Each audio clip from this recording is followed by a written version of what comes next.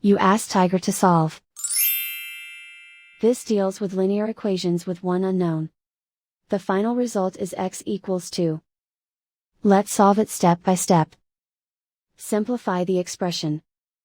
Expand the parentheses. Group all constants on the right side of the equation. Subtract 6 from both sides.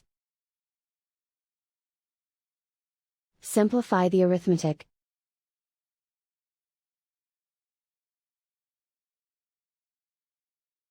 Isolate the x.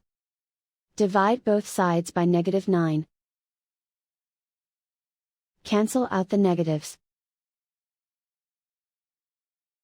Simplify the fraction.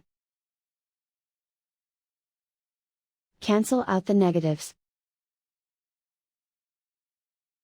Find the greatest common factor of the numerator and denominator. Factor out and cancel the greatest common factor. And so the final result is x equals 2.